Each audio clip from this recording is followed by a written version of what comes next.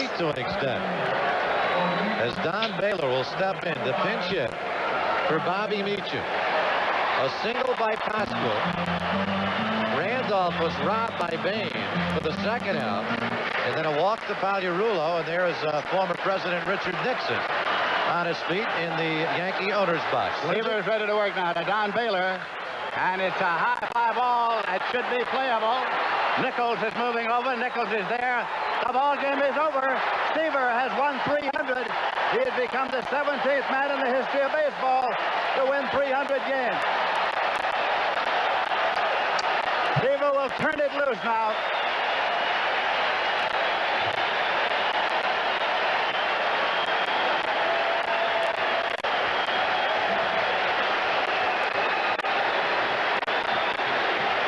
A 40-year-old terrific Tom Seaver. Look at the emotion spilling out all over. There's his family. And if you could hear him right now, his voice is up in such a high key, only the dogs can understand it. Well, he's a 40-year-old man, but this is a game for kids. And that kid is a very, very happy individual. He has done what only 16 others have accomplished, and this crowd is still on its feet with cheers for Tom Seaver. What's going on, sports cards fans? Ray from Philly. It is Thursday, May the 5th, 2022, and this here is book review number 8 for me. Just to go real quickly, briefly over the first 7 books. The first one was Dick Allen, The Life and Times of a Baseball Immortal, written by Bill Cashadis. Then was Ty Cobb, A Terrible Beauty, written by Charles Leverson. 24, Life Stories and Lessons from the Say Hey Kid, written by John Shea. Satchel, written by Larry Ty. Cooperstown Casebook, written by Jay Jaffe. Yogi, written by John Passat. And the last book was Baseball God and Scandal, written by Ian Kahanowitz. This is the 8th book, and it's Tom Seaver, A Terrific Life, written by Bill Madden. This book came out in 2020, the same year that Tom passed away, and I would put this book, so far of the 8 books that I read, definitely in the top 3 for biographies. So get into it real quickly. I mean, the publisher is Simon & Schuster, by the way, and there's 283 pages, so it's right up my alley. It's not an enormous book. I try and keep things under 300 because it gets just too long to read, and then I'll lose interest. So he's from California. He was the best player in high school in Fresno, California, but was very undersized when he graduated from high school. Basically, was like 5'9", but had huge hands. After he graduated from high school, he knew that Vietnam was coming up on him pretty soon. This was in the mid-'60s, so he enlisted in the Marine Corps. And after he came out in the Marine Corps, he had this growth spurt after high school and was 6'1", 210 pounds. After he finishes out of that, he gets scouted by legendary college coach from USC, Rod Dedeaux. Ends up going to play at USC, has a brilliant career at USC. Gets really interesting here, then goes into the Major League draft and gets drafted by, a lot of people don't realize this or even know this, was drafted originally by the Atlanta Braves.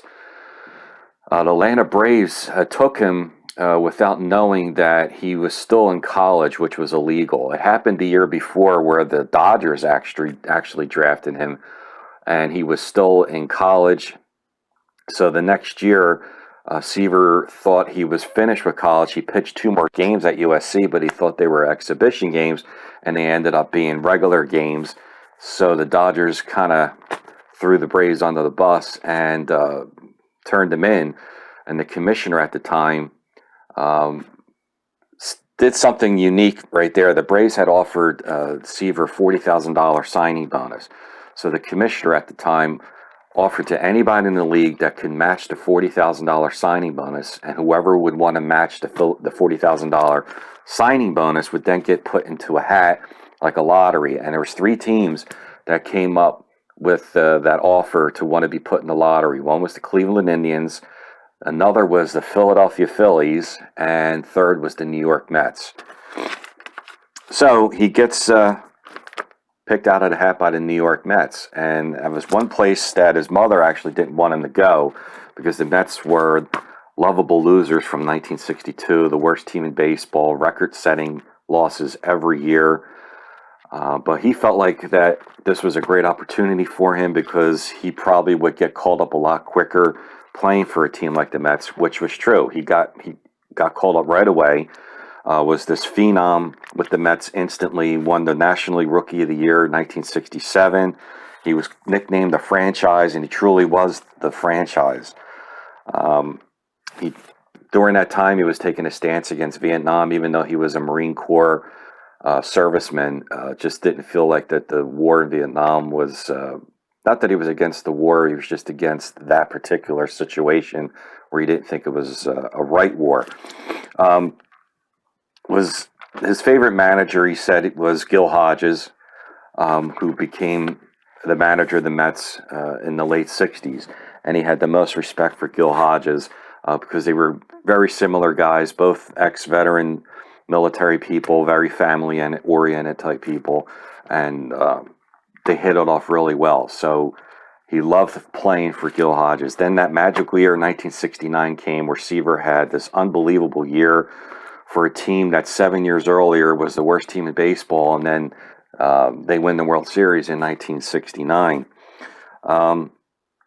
He goes on to win the Cy Young Award in 73 and again in 75, just absolutely dominating the National League, was averaging 15, 16, 18 complete games a year, winning well over 20 wins a year, wins 3 Cy Young Awards. And then all of a sudden, here comes 1977. Free agency has now started in 76. And he sees all these pitchers getting signed to free agency. One, for example, was Don Gullett, who never won more than 14 games in a season, gets signed by the Yankees for an astronomical amount of money. Now, the owner of the Mets at the time was Grant. And he went to Mr. Grant, knowing that he still had 2 years left on his contract, wanted to renegotiate his contract. Was it going to happen? Also a free agent that got signed was Nolan Ryan, who used to play with Tom Seaver on the 69 Mets team, and they were very good friends even after he was playing with the Angels, Nolan Ryan. And both wives were very good friends, best of friends. The 4 of them were best of friends. So the owner, Grant, gets legendary writer in New York, Dick Young, involved in this situation during these negotiations, which were breaking down. And Dick Young was a very attack type of writer in New York City, where he wrote this article stating that, Nolan Ryan was getting all this money, and Tom Seaver was older than Nolan Ryan, and that he was like his mentor, and this isn't going to sit well with the Ryan's wife and Tom Seaver's wife, that this is going to blow up, and it's not going to sit well. Well, that threw Tom Seaver out of control and got incredibly angry. When he saw this article by Dick Young, he contacted the general manager, Joe McDonald, for the Mets and demanded a trade, which Joe McDonald was gladly to oblige, which was unbelievable because this was probably, without a doubt, until still this day, the greatest Met of all time was Tom Seaver. Joe McDonald ends up trading him to the Cincinnati Reds. So he's happy at first because he's going to a team that won 2 straight World Series, the Big Red Machine. But this isn't the same Big Red Machine. Rose is getting older. Johnny Bench is getting older. Joe Morgan's getting older. Don Gullett is now gone. He was now with the Yankees. So the team was getting up in age, so it just didn't work out very well with the Cincinnati Reds. Pitches his first career no-hitter. He came very close with the Mets a couple of times with pitching one-hitters. Finally gets a no-hitter with the Cincinnati Reds in 78. 81 comes the strike. 82, he's still playing for the Cincinnati Reds and has a terrible year. So what happens is a product of the 81 strike, what happened was when a team loses a significant free agent, they would have this free agent draft where each team, that if they lost a free agent, would have to leave a certain amount of players unprotected in this free agent draft. Well, the owner of the Mets, Grant, leaves Tom Seaver unprotected because he's 39 years old, doesn't think that anybody's going to pick him up, And the story breaks, actually by Bill Madden, breaks the story in 1983, stating that, and calls Tom Seaver up and tells him, you were left unprotected. And he says, how do you know? He says, because I saw the list from the Mets owner that the Chicago White Sox have the first pick, and they're going to select you in this free agent draft. Well, again now, and this is after he leaves Cincinnati and goes back to the Mets for the second time, where Grant is trying to make peace with Seaver after the fiasco in '77 with the trade. He brings Seaver back in '82, actually in '83, and leaves him unprotected after just 1 year in the free agent draft. So the relationship with Seaver and the Mets continued to just spiral downwards. He goes to the White Sox, wins his 300th career win in 1985 with the White Sox, fittingly in New York, but at Yankee Stadium on Phil Rizzuto Day. So Carlton Fisk was his catcher, pitches his 300th win, then goes to the Red Sox in 1986 and plays in the World Series against his old team with the New York Mets, and then finishes his career out there. After his career, he gets into the vineyard business and moves from Greenwich, Connecticut, and moves to Calistoga, California, and has this vineyard business. Kind of the same kind of thing that his father used to be into. His father was into the raisin business.